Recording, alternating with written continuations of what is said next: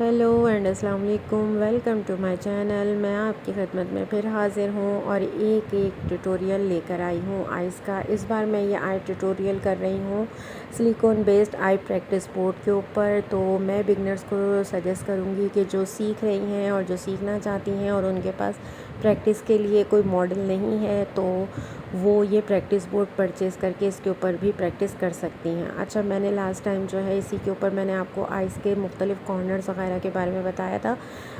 मैं ये आपको बताऊँ कि इस सिलिकॉन बोर्ड पे प्रैक्टिस करने में मेरा भी हाथ सेट नहीं हो रहा था। फ़र्स्ट टाइम मैं इसके ऊपर कर रही थी तो रियल आइज़ और प्रैक्टिस बोर्ड में काफ़ी फ़र्क है। लेकिन प्लस पॉइंट बस प्रैक्टिस बोर्ड में यही मुझे लगा कि आप अपनी मिस्टेक्स को जो है रिमूव करके कोई भी चीज़ जो गलत अप्लाई हो गई हो तो आप रिमूव करके ईज़िली आप अपनी गलती को सही कर सकते हैं। तो जनाब, मैंने यहाँ स्टार्ट किया है स्मोकी मेकअप। उसके लिए मैंने सबसे पहले एक्वा ब्राउन कलर लगाया है क्रायोन का लिड के ऊपर वेट ब्रश के साथ कंसीलर लगाने के बाद आइज़ के ऊपर, और फिर मैंने ये क्रायोन का केक लगाया और मैं उसको ब्राउन ही शेड के साथ पाउडर फॉर्म में, और उसके साथ में इसको आहिस्ता आहिस्ता ब्लेंड कर रही हूँ पूरी लिड के ऊपर। और मैं इसको जो है वो लिड के ऊपर ही रखूँगी, अपर की तरफ नहीं लेके जाऊँगी क्योंकि अभी मुझे ब्लैक भी मिक्स करना है। और अब मैंने लिया है ऑरेंज कलर का, ऑरेंज और ब्राउन मिक्स शेड है ये ग्लैमरस के आई पैलेट में से 48+48। इसके अंदर 48 शिमरी शेड हैं और 48 जो है वो पाउडर फॉर्म में उसमें है मैट में। तो सबसे अच्छी बात यही है कि आप इसके ऊपर अगर प्रैक्टिस कर रही हैं तो आपके लिए आसान है किसी भी कलर टेक्निक को बदलना और दोबारा अपने मतलब से के हिसाब से कलर्स को लेना। और मैं सजेस्ट करती हूँ कि जो बच्चियाँ सीख रही हैं और जो प्रैक्टिस करना चाहती हैं तो वो ग्लैमरस की ये आई शेड पैलेट ख़रीद लें। रीज़नेबल प्राइस में बहुत अच्छे कलर्स हैं और तकरीबन सारी ही रेंज इसके अंदर मौजूद है। तो मैं भी प्रैक्टिस जब करने बैठी हूँ और जब मैं कलर टेक्निक्स को मिक्स करके एक नया कलर बनाना चाहती हूँ तो मैं यही पैलेट यूज़ करती हूँ क्योंकि रीज़नेबल में है और आप इसको जितना भी यूज़ कर लें ये आपके लिए इनफ है। ज़रा ब्राउन को मिक्स करने के बाद मैंने अब ब्लैक आई शेड उठाया है और मैंने पूरी ब्राउन के ऊपर जहाँ जहाँ मैंने ब्राउन लगाया था शेड एक्वा का उसके ऊपर अब मैं ब्लैक लगा रही हूँ। मगर हाँ, बस ये ख्याल रखना है आपने कि ब्राउन की एक ऊपर की पूरी लाइन छोड़कर आपने अंदर की तरफ ही ब्लैक रखना है क्योंकि जब आप ब्लैक और ब्राउन को मिक्स करेंगे तो आपका खूबसूरत सा बॉर्डर ऊपर बनना चाहिए।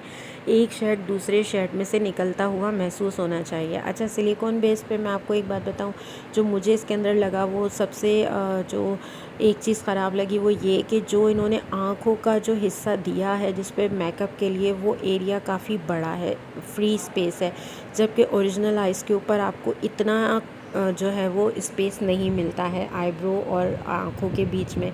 लेकिन इन्होंने काफ़ी अच्छा स्पेस रखा है कि आप प्रैक्टिस के लिए जो है वो एक अच्छी आईलिड इन्होंने आपको प्रोवाइड की है। और जो है इसको थोड़ा सा रिमूव करना मुश्किल काम है। इसका अपना सीरम इसके साथ आता है जिसकी बेस पर आप रिमूव कर सकते हैं, वरना अदरवाइज़ आप जो है नेल पेंट रिमूवर जो होता है थिनर जिसको कहते हैं आप वो भी यूज़ कर सकते हैं। जनाब, अब मैंने इसको ऑरेंज ब्राउन शेड को दोबारा से ऊपर की तरफ लगाया है। अब आप गौर से देख सकते हैं कि ब्लैक के साथ ब्राउन निकल रहा है और ब्राउन के ऊपर जो है वो ऑरेंज कलर का शेड आ रहा है। तीनों एक दूसरे के अंदर से निकल रहे हैं, कोई हार्श लाइन नहीं है। उसके बाद जनाब मैंने लोअर लैश पर भी काम किया है क्योंकि आप हमेशा मैं आपको बताती हूँ कि आइज़ के नीचे भी लाजमी काम करना होता है, उसके बगैर आपका मेकअप मुकम्मल नहीं होता है। तो जनाब लोअर लैश पे मैंने ब्लैक आई शेड लगाया है, फिर इसको मैंने ब्राउन कलर के साथ ही मिक्स करके और आइज़ को कंप्लीट किया है। मुझे काफ़ी परेशानी हो रही थी इस प्रैक्टिस बोर्ड पे काम करने में, लेकिन मुझे लगता है कि मैं भी 1 से 2 दफ़ा काम करूँगी तो ओरिजिनल आई के मुकाबले में काफ़ी मुश्किल है इसके ऊपर। लेकिन प्रैक्टिस के हिसाब से आप बार बार रिमूव कर सकते हैं, बार बार अपनी पसंद का कलर लगा सकते हैं क्योंकि मॉडल्स आपको हर वक्त नहीं अवेलेबल होती। तो प्रैक्टिस के लिहाज से और कलर टेक्निक के लिए सीखने के लिहाज से ये प्रैक्टिस बोर्ड काफ़ी अच्छा है। तो जनाब इस तरह से मैंने कलर अपना किया कंप्लीट। उसके बाद मैंने इसके ऊपर प्रेस ग्लिटर गोल्डन कलर का वो लगाया है लिड के ऊपर थोड़ा सा फैलाकर, और फिर मैंने इसके ऊपर लैश जो है वो सेट की है। बस सच पूछे तो काफ़ी मुश्किल से लैश सेट हुई क्योंकि आइज़ का जो ये हिस्सा इन्होंने बनाया है वो काफ़ी उभरा हुआ बनाया है। उसके बाद मैंने वाइट पेंसिल को जो है वो वाटर लाइन पर लगाया है एज अ काजल, और फिर मैंने जो है लाइनर लगाया। लाइनर का भी मैं आपको बताऊं कि मुझसे सेट नहीं हो रहा था लाइनर, क्योंकि काफ़ी जो है वो डिस्टेंस था आँखों के ऊपर। तो इनर पे मैंने जो है वो सिल्वर कलर का जो है क्रिस्टाइन का लूज़ ग्लिटर जो आते हैं लूज़ पाउडर में, वो ग्लिटर लगाया है as a highlighter brow bone के ऊपर भी और इनर पर भी। अच्छा, इनर पे मैंने लगाया तो मुझे एहसास हुआ कि आँख और नाक के बीच का हिस्सा भी काफ़ी जो है वो स्पेस वाला था, तो मेरा ग्लिटर कुछ ज़्यादा ही बाहर हो गया था। फिर मैंने उसको सही किया, करेक्शन की मैंने कंसीलर लगा के और ग्लिटर को कम किया, क्योंकि मुझे लग रहा था कि बहुत ज़्यादा लग गया है। तो फिर मैंने जब लाइनर को सेट किया तो लाइनर के साथ भी मेरे साथ यही मसला हुआ कि जब मैंने लगाया तो वो काफ़ी ज़्यादा जो था मुझे डिस्टर्ब लगा। उसको फिर मैंने आखिर में सेट किया। तो आखिरी लुक आपको मैं दिखाती हूँ सही करने के बाद।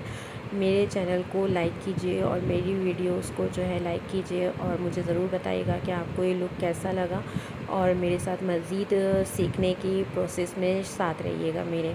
तो मुझे अपनी दुआओं में याद रखिएगा और मेरे चैनल को सब्सक्राइब करना मत भूलिएगा। ये देखिए जनाब इसका फ़ाइनल लुक।